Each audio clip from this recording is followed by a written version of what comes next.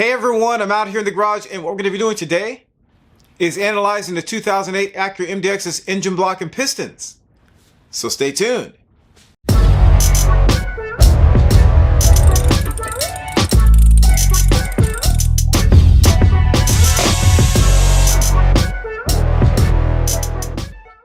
So if you're new to the channel, I just want to welcome you here, and hopefully you'll consider subscribing if you like what you see. Also, check out Car Apprentice on Instagram, X, and Facebook. I post lots of pictures and videos on those platforms before I post anything on YouTube. And occasionally I'll post things on those platforms I don't post on YouTube. Also, check out the website at carapprentice.com. And don't forget to hit the like button if you like this video. And see the video's description for links to some of the products used in this video. So in the last video, we cleaned the engine block, removed the oil pan, and cleaned the pistons up. And in this video, we're going to start to do some analysis of the engine block and pistons before we put things back together. So, let's get into it. We're going to check for flatness here, but before we do that, I'm going to do something else. You can do this in really any order, but we are going to check for flatness. But one thing I want to check is the diameter of the bores. Now, in this case, I really don't have to do that. I don't think these bores look pretty good. Our main problems were in the cylinder head. So I'm really not too concerned about the diameter of the bores. We're going to take a sample measurement. Typically you would measure at 3 different spots, so top, middle, and bottom. And you would do that this way and then this way. So I have a telescoping gauge here. I don't have a dial bore gauge to measure this size of a hole. So I'm just going to put this in here, make sure that's unlocked. It's going to measure close to the top here. Like I said, it's just a sample measurement. Make sure that's nice and even across. Right there, lock it in place. And just turn it and pull it out. And we'll measure that. Typically you would measure this with a micrometer. I don't want to pull my micrometer out. I'm just going to grab a calipers just to get a sample measurement to see if we're anywhere close to where we should be. Alright, so it looks like my battery's dying in my calipers. So I put this in here and I got 90.01. So the specification, grab that real quick, is 90 to 90.015. Service limit is 90.065. So we are in pretty good shape here. Now there is I'll put some more information up on the screen, but there are some limitations as far as the differences between the measurements. So that meaning top, middle, and bottom. So I'll throw that up on the screen so you have it.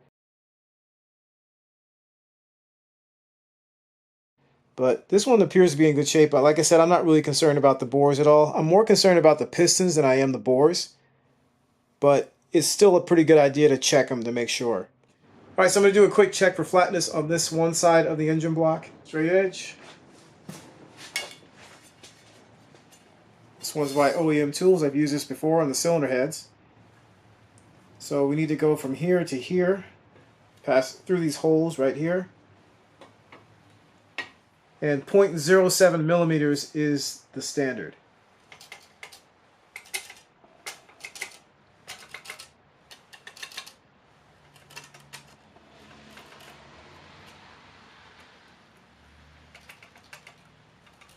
So far so good. Same thing here.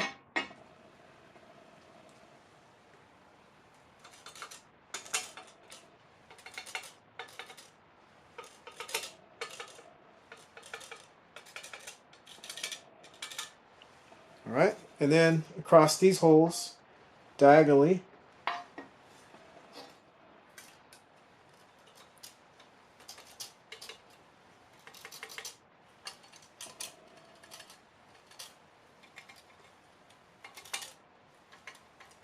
and then across these holes.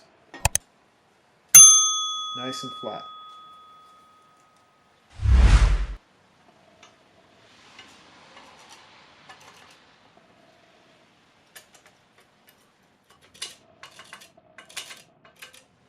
Alright, so I'll do it from my side to your side. Hopefully you don't see anything on your side.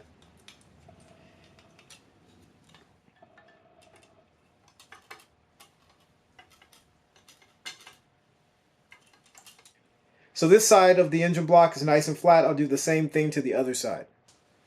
We can perform several other checks on the engine block, but I'm not going to spend much time on it because the cylinder head was the main source of our issues. Now that we've checked the engine block, let's look at the pistons. We're going to start by measuring the piston diameter. The measurement will be taken 16 millimeters from the end of the skirt using a Mitutoyo 3 to 4 inch micrometer. Interpreting the micrometer's readings may seem complicated, but it's really very simple. The micrometer has 3 scales for precision. The first is on the sleeve, where each tick mark is 0.025 inches. There are 4 tick marks between the numbers on the scale. The second scale is on the thimble.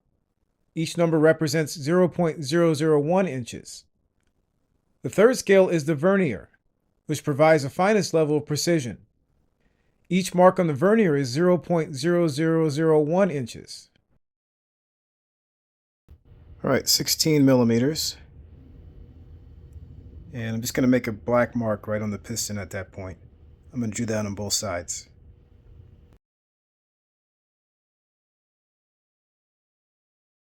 All right, so I've got the micrometer pretty much centered on the piston, as you can see there. If you look down from the top, I also have it 16 millimeters from the top of the skirt, so from up here down. You see the black mark right there. Same thing on this side. So the measurement, let's get that now. You can see right there we've got a 5 on the sleeve and then 1 line. So 5 times 4 is 20 plus the 1 is 21. The next line over is hidden, so we're not going to count that. So 21 for our sleeve measurement. If we look at the thimble, we're not quite at 19, so we're going to call that 18. See right there. So I'm going to take this off and get right exactly back to where I am right here and read the vernier mark over here. Alright, so I'm going to look for where the lines match up. So far the 6 looks the closest.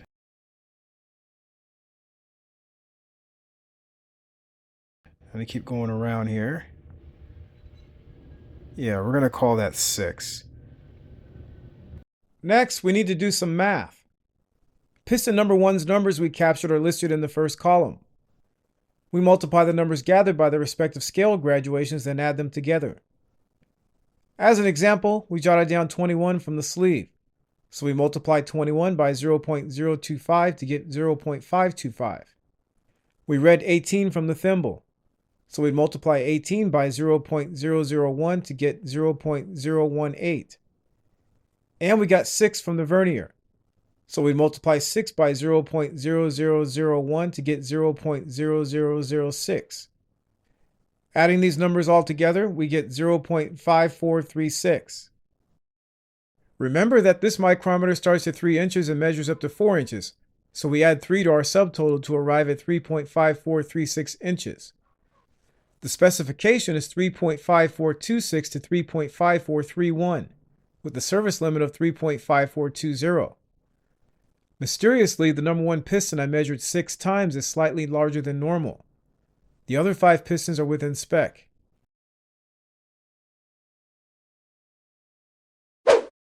Next, we're going to take a look at the piston's large end bearings. Here are some pictures of damaged bearings, a few of which came from an MDX. Bearings with deep scoring, delamination of the outer coating, deep pitting, discoloration from heat, or other glaringly noticeable damage should be replaced. Alright, so I've laid out the bearings from 1 through 6, left to right.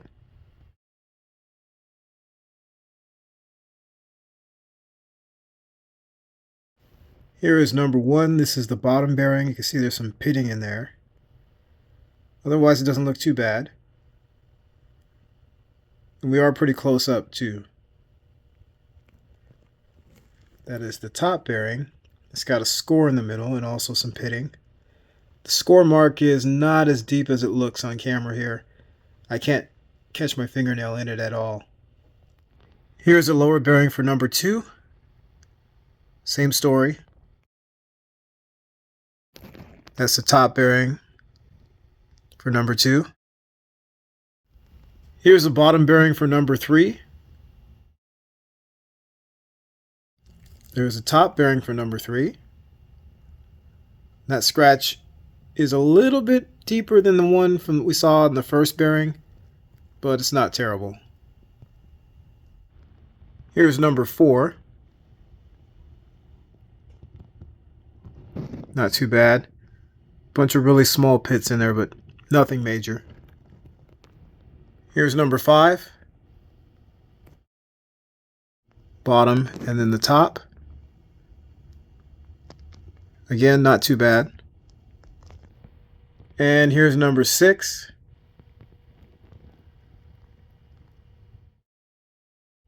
Again, not too bad here. So there really isn't a whole lot of damage on these bearings. We could elect to replace them,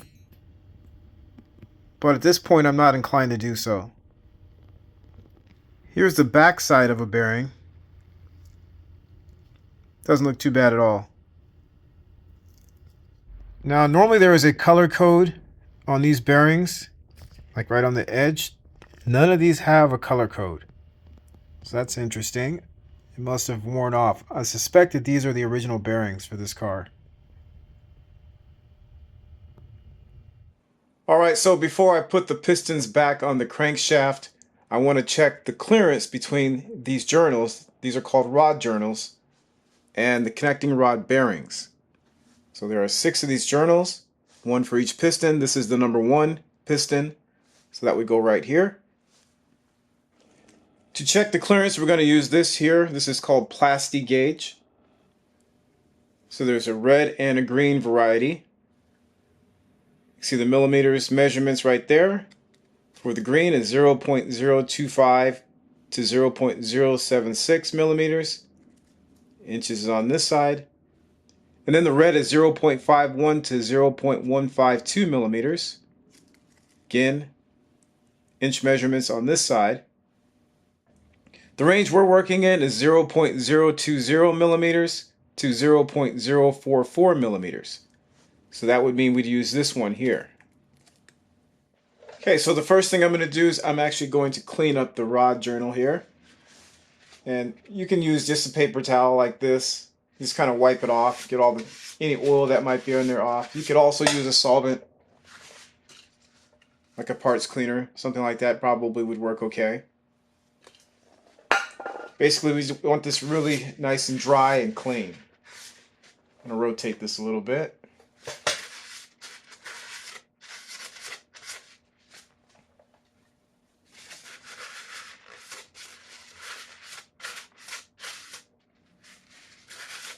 Okay, it looks pretty good. We just want to do the same thing here too. Make sure all the oil, anything else that might be on there is off. Again, solvent probably would help with this too, but these are pretty clean right now. Okay, so I've turned the engine upside down. So the number 1 piston is going to slide up through this cylinder wall down here on this side, and it's going to land right here on this rod journal. So this is the cap. I've taken that off. These bolts should be lubricated with oil on the threads and underneath the head here.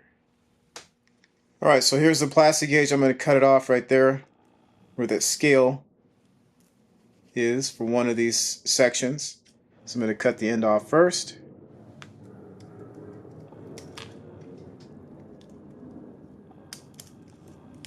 So there's one piece. Alright, so I've opened this up. There's a plastic gauge right there. It's a small little piece. Getting it to stay on the journal is a little bit of an issue. You're not going to get it probably perfectly centered on the rod journal.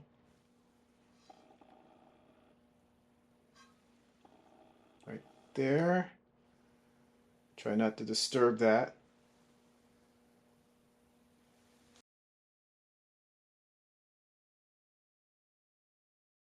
Alright, to make the piston easier to slide in, I'm going to wipe a little clean engine oil on here.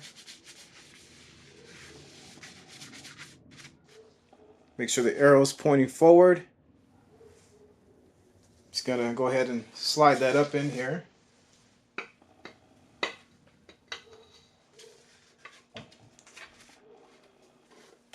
Alright, so there's our connecting rod right there. I'm going to put the cap on next. Also make sure you don't move the crankshaft too. Just like that. Start our bolts in.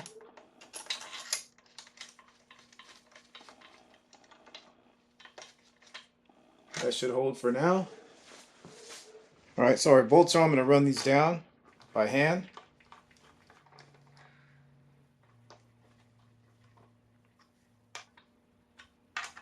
Alright, that's good.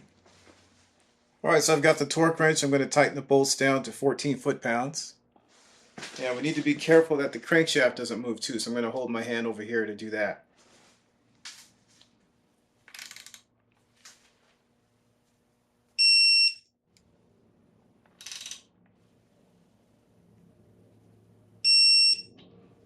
I'm going to tighten these bolts an additional 90 degrees. That's what's called for in the service manual. Again, I'm going to hold here.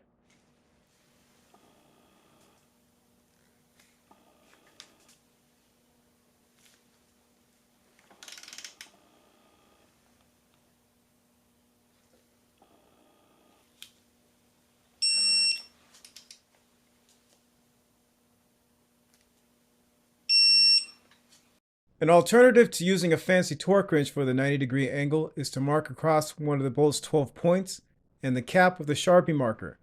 Then make a second mark 3 points clockwise from the first mark.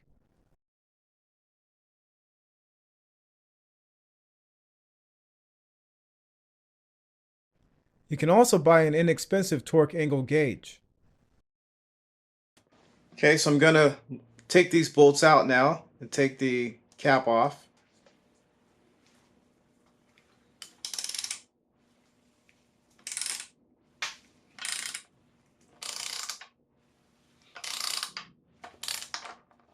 I'm going to keep my hand over here just in case. You can also put it up here on the connecting rod just to make sure this doesn't fall all the way through.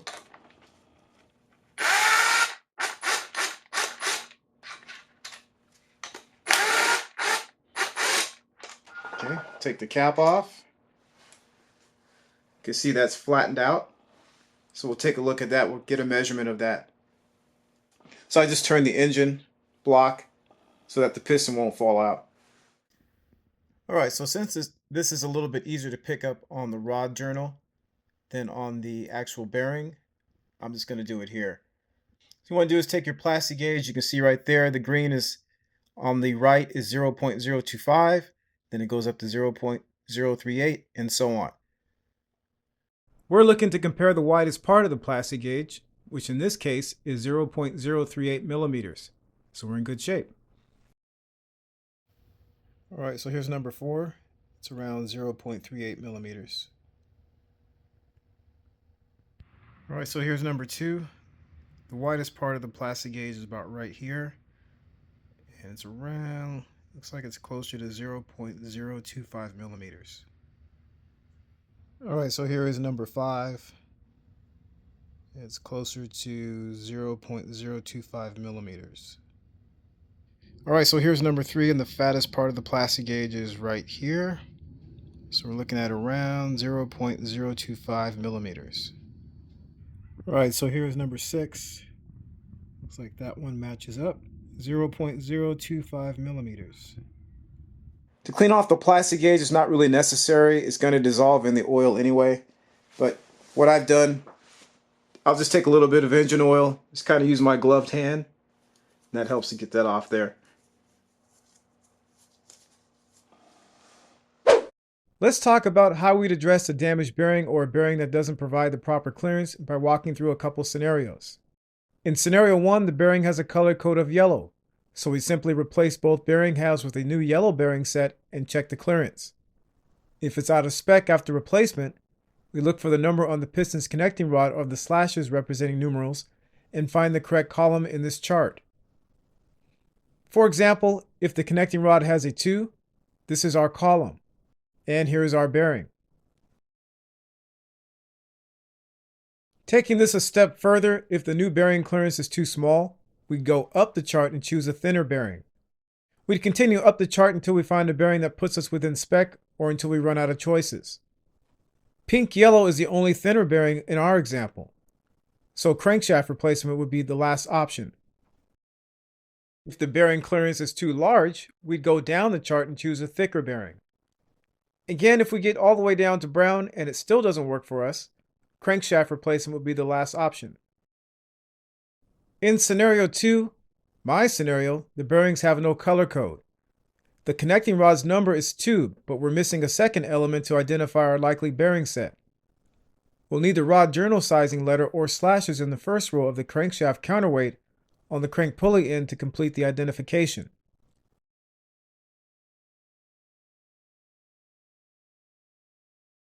The letter A is equivalent to 1 slash, B to 2 slashes, and so on. The bottom row's 4 numbers or slashes are related to the crankshaft bearings and are irrelevant to this discussion. The crankshaft bolt should be removed in 3-turn increments so the crankshaft bearing cap can be removed and the letters or slashes in the first row can be read. Here is how the pistons match with the first row's indicators. Here's the bearing bolt tightening sequence and torque specs.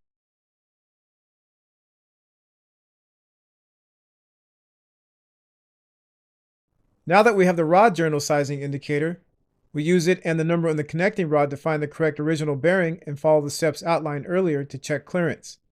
We then make further bearing selections if necessary.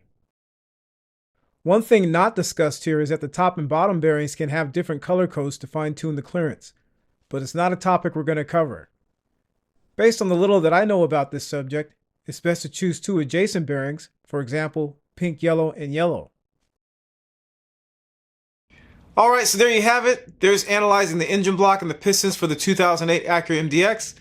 So it appears that the engine block actually is in pretty good shape. There are a few more tests we could have done, but I was pretty satisfied with what I saw based on the fact that our top end is really where the problem started. But it's still a really good idea to check things out to make sure, because you never know, there could be some hidden damage. Regarding the pistons, there are a couple bearings that are a little bit questionable, so I'm going to take a closer look at those. But otherwise, things appear to be in good shape. So hopefully this information was helpful, and thanks for watching.